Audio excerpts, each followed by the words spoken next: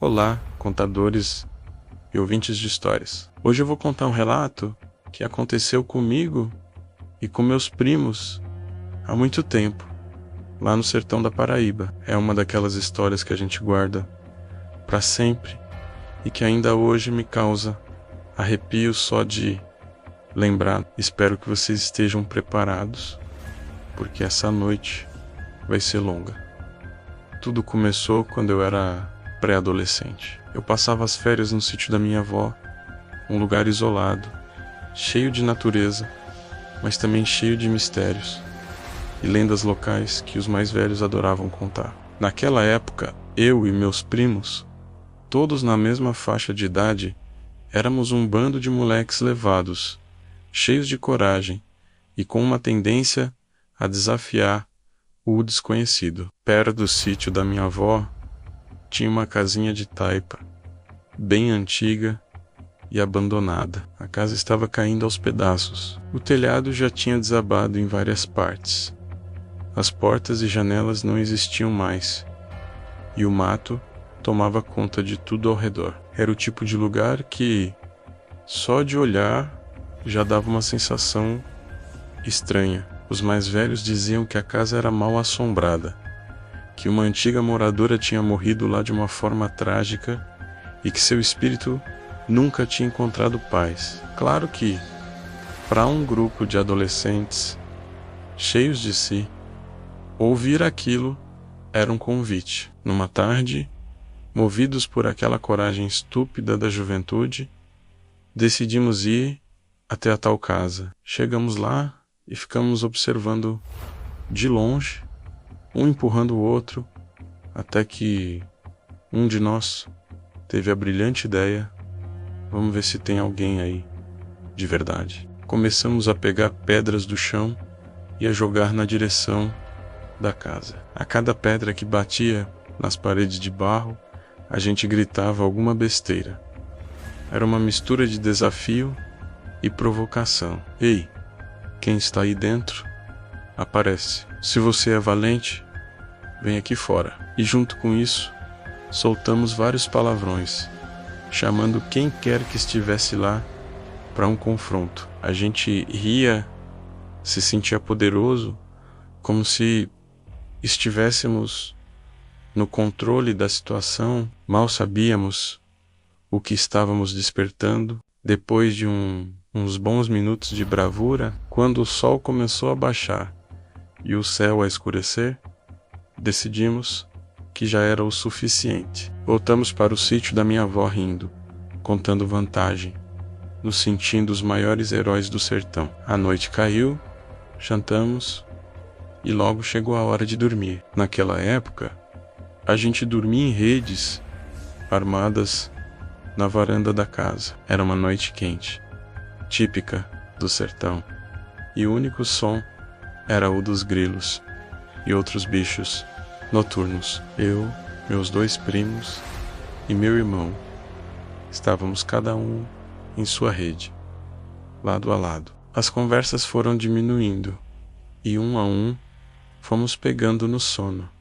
Foi no meio da madrugada que o terror começou. Eu acordei com um barulho seco e violento na porta da frente da casa. Não era uma batida normal, era forte, pesada, como se alguém estivesse batendo com muita força, com raiva. O som ecoou pela casa inteira. Eu gelei. Meu coração começou a disparar. Olhei para as redes dos meus primos, tentando ver se eles também tinham acordado. Estava tudo escuro. Logo em seguida, os animais começaram a ficar agitados. Os cachorros, que normalmente eram calmos, começaram a latir desesperadamente. Um latido de medo, não de alerta. Os cavalos no cercado relinchavam. As galinhas no galinheiro faziam um alvoroço. Parecia que todos os bichos do sítio estavam sentindo a mesma presença assustadora que eu. O barulho na porta parou e um silêncio pesado tomou conta do lugar. Um silêncio que era quase pior que o barulho. Eu estava paralisado na minha rede, os olhos arregalados na escuridão, tentando ouvir qualquer coisa. Foi quando eu senti a minha rede começou a balançar, de leve no começo, como se fosse o vento, mas não tinha vento. A noite estava parada. O balanço foi ficando cada vez mais forte, mais violento. Era como se alguém, ou alguma coisa, estivesse de pé ao lado da minha rede, empurrando com força. O pânico tomou conta de mim. Eu não conseguia ver nada. Só sentia aquele movimento ritmado e assustador. Tentei gritar, mas a voz não saía. Reuni todas as minhas forças e comecei a chamar baixinho pelos meus primos. Fulano, Ciclano, vocês estão acordados? Nenhuma resposta. O silêncio deles era aterrorizante. Eu chamei de novo, um pouco mais alto, com a voz trêmula de medo. Gente, por favor, responde. Minha rede está balançando. Nada.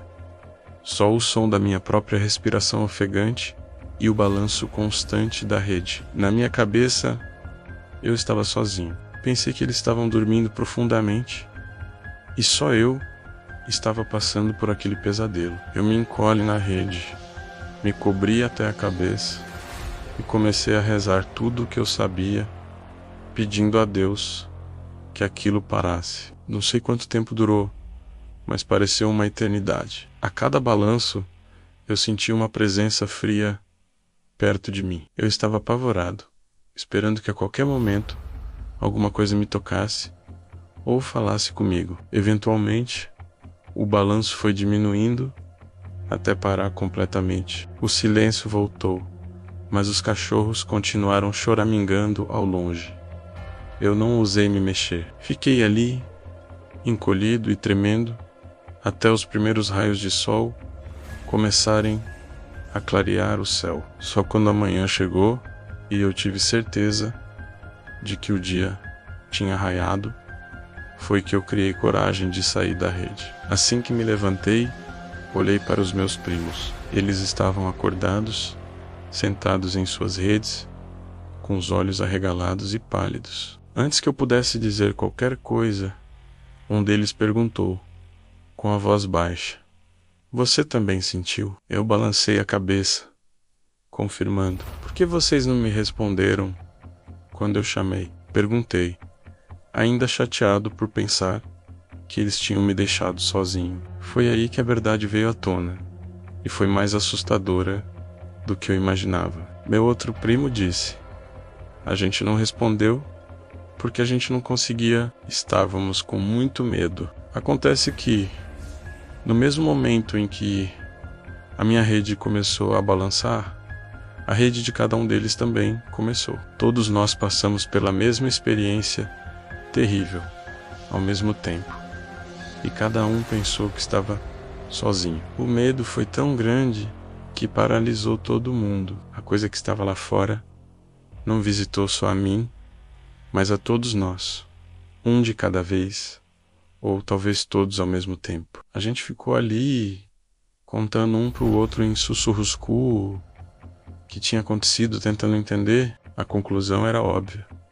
A nossa brincadeira na casa abandonada tinha tido uma consequência. Nós provocamos alguma coisa, e essa coisa veio nos dar uma resposta durante a noite. Mas a história não termina aí. Quando entramos na casa para tomar café, encontramos minha tia, que dormia em um dos quartos, com uma cara de assombro ainda pior que a nossa. Ela estava branca como papel. Minha avó perguntou o que tinha acontecido, e ela, tremendo, contou a parte mais bizarra de todas. Ela disse que, no meio da noite, acordou com um grito, mas o grito era dela mesma. Ela não sabia por que tinha gritado, até que abriu os olhos e viu, parada ao lado da cama dela, estava a figura de uma mulher muito velha. Ela descreveu a mulher como sendo horrível, com o rosto enrugado, os cabelos brancos e bagunçados, e os olhos vazios e escuros. A velha estava inclinada sobre ela, olhando fixamente. Minha tia gritou de pavor, e no instante do grito, a figura da velha simplesmente se desfez no ar, desapareceu como fumaça. juntando as peças, o barulho na porta, os animais agitados, as nossas redes balançando e a aparição para minha tia.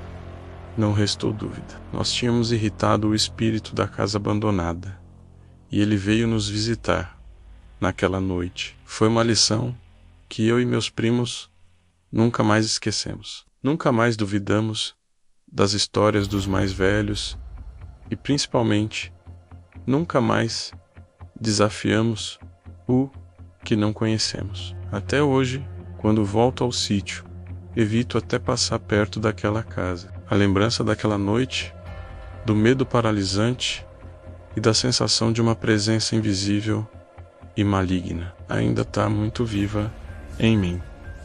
E essa foi a minha história. Um lembrete de que existem coisas nesse mundo que não conseguimos explicar. Obrigado por me ouvirem. Se você já passou por algo parecido, conta pra gente nos comentários. Não se esqueça de se inscrever no canal e deixar o seu like. Até a próxima!